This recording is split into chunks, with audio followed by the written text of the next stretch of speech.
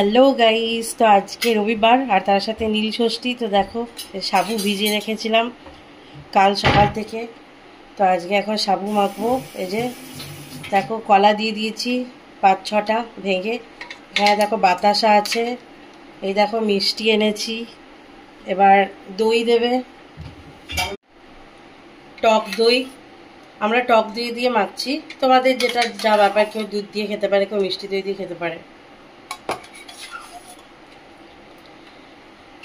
মিষ্টি দিলাম 2টো।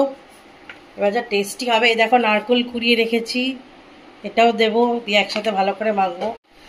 একটু জল দেবো কারণ একটু ঘন ঘন হবে এবং একটু মাখা মাখা হবে, কারণ একদম শুকনো শুকনো তো ভালো লাগবে না, সেই জন্য। এই দেখো সাবু মাখা রেডি। যা টেস্টি হয়েছে না, তোমরা কে কে খাবে চলে এসো। এই দেখো মিষ্টি, কলা, বাতাসা, চিনি, টক দই সব দিয়ে মাখা।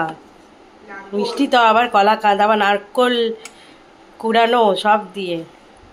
এই দেখো যা টেস্টি হয়েছে না, একদম ইয়াম ইয়াম।